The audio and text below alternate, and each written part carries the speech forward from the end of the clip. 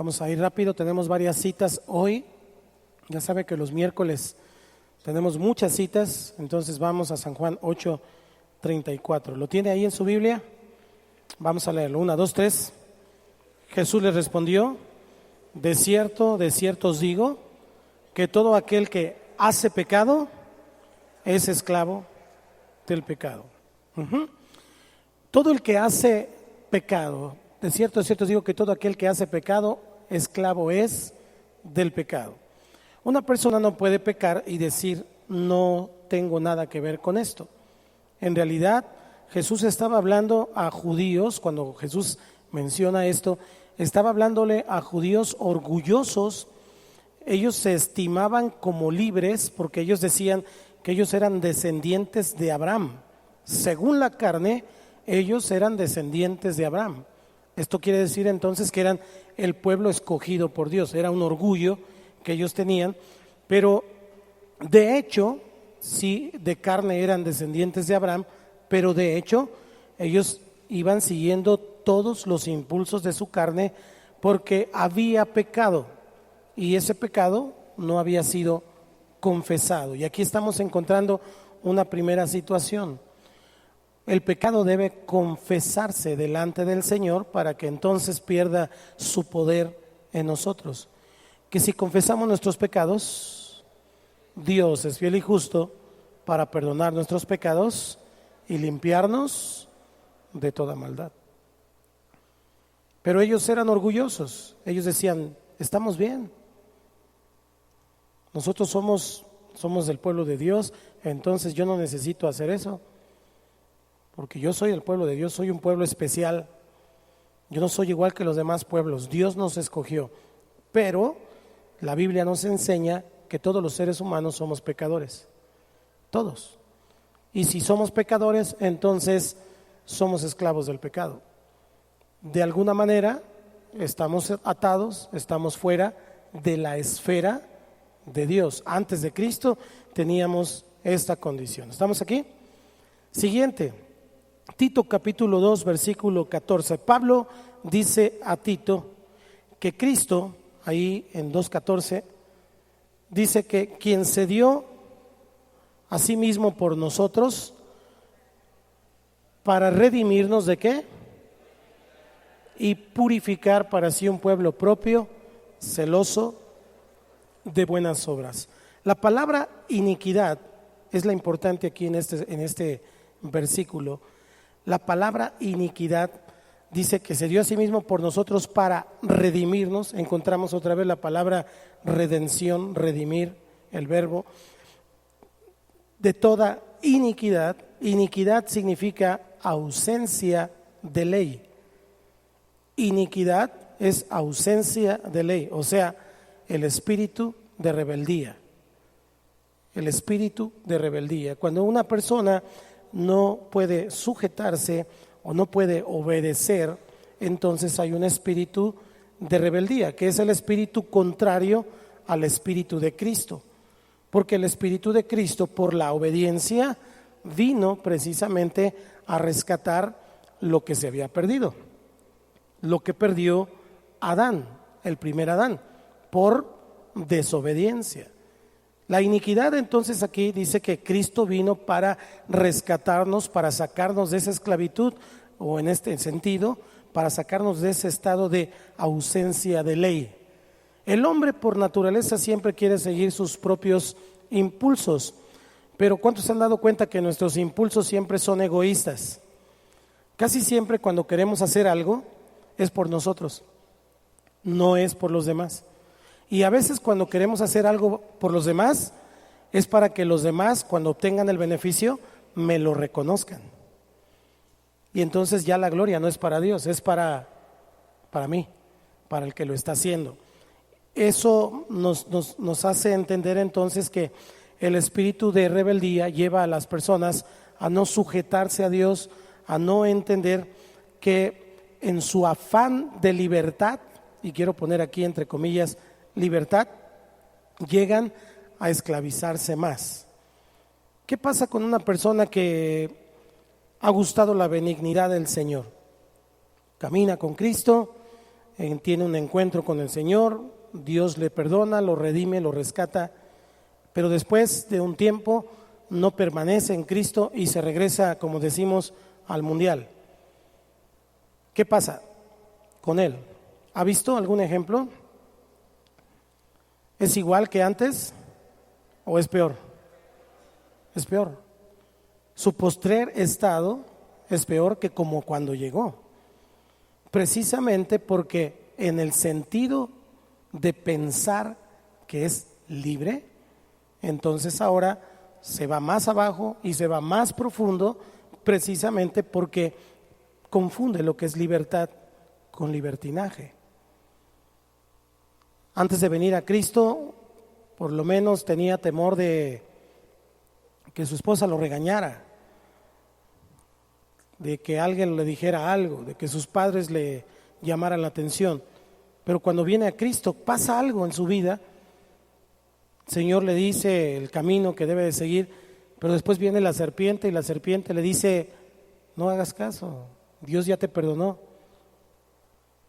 ¿Cuántos son salvos? Y entonces todos, amén. Y entonces ahí empieza un asunto en la mente que hace que el hombre piense que ahora, como ya es salvo y como ya tiene libertad, ahora entonces puede hacer lo que quiera. Al fin Dios lo va a volver a perdonar o ya lo perdonó. Y estamos confundiendo libertad con libertinaje. Y estamos confundiendo el espíritu de Cristo con el espíritu de rebeldía, que es el espíritu satánico.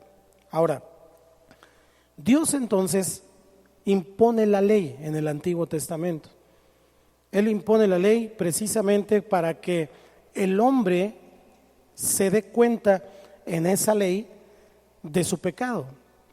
Si la Biblia dice en el Antiguo Testamento no matarás, entonces el hombre que mataba sabía, porque aquí había un espejo que decía no matarás, sabía que estaba en pecado. No robarás, y robaba, sabía que estaba en pecado. De otra manera no sabría que era pecado, pero ahora ya sabe. Dile al que está a tu lado, ahora tú ya sabes. Eso es lo que le estoy diciendo. Tal vez una persona antes de venir a Cristo no sabía que era pecado, tenía una idea, pero no entendía completamente. Pero cuando viene a Cristo, ya sabe. Ya sabe que es la sangre de Cristo la que fue puesta en medio para su rescate. Y entonces el Señor pone la ley para que el hombre mismo se diera cuenta que era incapaz de cumplir por sí mismo con esa dura servidumbre en el pecado, y entonces cada vez quebrantaba la ley y cada vez quebrantaba la ley y no podía hacer más que decir te necesito. Y cuando llegaban a un extremo, cuando llegaban a un límite, cuando tocaban fondo, volvían a clamar a Dios, y Dios, que es bueno siempre, les respondía y los volvía a redimir y los volvía a rescatar. El problema es que en el Antiguo Testamento estaba siendo desarrollada esta teología de rescate. El problema para usted y para mí es que ahora que estamos en Cristo, ya el asunto no es como en el Antiguo Testamento, de que me volví a redimir y me volví a redimir y me volví a redimir, porque ahora la obra está completada en Cristo Jesús. Y el autor de Hebreos dice que si nosotros pecamos conscientemente, entonces estamos pisoteando la sangre del pacto. Para aquellos que decían, ay, era bien difícil vivir en el Antiguo Testamento por la ley. La sangre de Cristo es mucho más valiosa y más poderosa que la ley, porque la ley fue puesta para que el hombre se diera cuenta de su impotencia de vivir en santidad por sí mismo. Nadie es bueno, solo Dios es bueno. Esa podríamos decir que es la conclusión de la ley. Gálatas 3, versículo 13.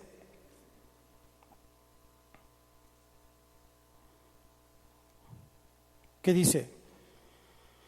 Cristo nos redimió de la maldición de la ley, hecho por nosotros maldición, porque está escrito, maldito todo el que es colgado de un madero.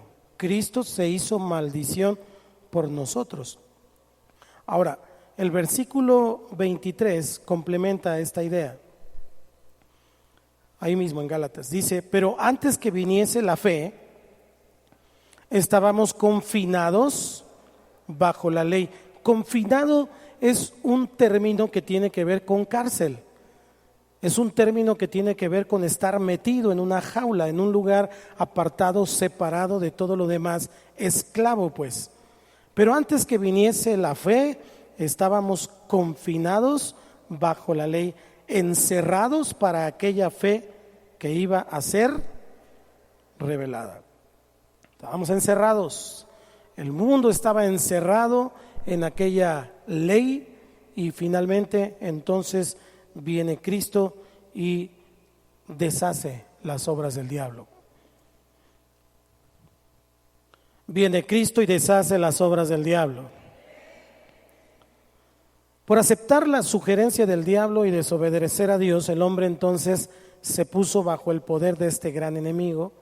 Es decir, Adán le entrega todo a Satanás, todo lo que Dios le había dado a Adán, incluido el poder para gobernar la tierra, porque Dios le dijo que señoreara, se lo entrega al enemigo, y entonces el hombre estuvo caído todos los siglos anteriores hasta que Cristo vino. La ley entonces fue para que el hombre se diera cuenta, fue la antesala para la gran coronación ahí en la cruz, donde Cristo toma la victoria por usted, para usted y con usted. Hechos 26:18 dice: para que abra sus ojos, para que se conviertan de las tinieblas a la luz y de la potestad de Satanás a Dios, para que reciban por la fe que es en mí perdón de pecados y herencia entre los santificados. Así que entonces nos vamos dando cuenta en este sentido que solo Cristo puede liberarnos, solo Cristo puede rescatarnos. Primer Adán entrega todo a Satanás. Segundo Adán, que es Cristo, viene y rescata lo que se había perdido. Ahora toma en cuenta que cuando Cristo viene también Satanás intentó que él se rindiera. Hablamos el domingo de postrarnos.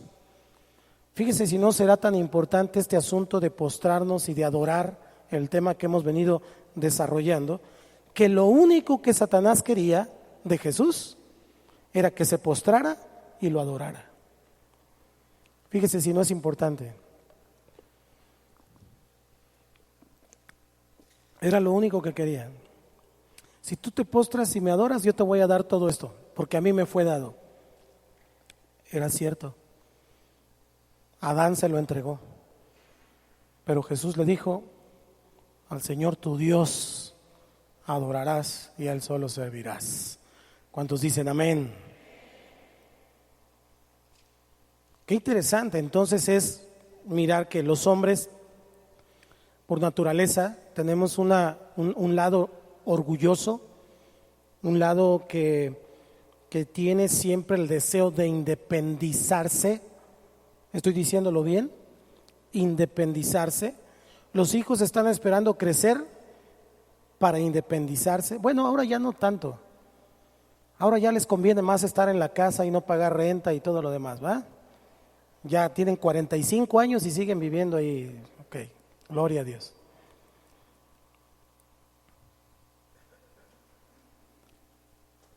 Pero el asunto en el corazón es independizarse, aunque vivan en la casa, ya soy mayor de edad.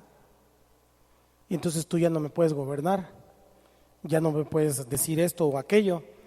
Pero cuando se trata de lavar la ropa y comerse los frijoles y todo lo demás, entonces sí está en la casa. ¿Vamos acá? Nada personal, Dile al que está a tu lado, no te están diciendo a ti nada. Están hablando de la Biblia.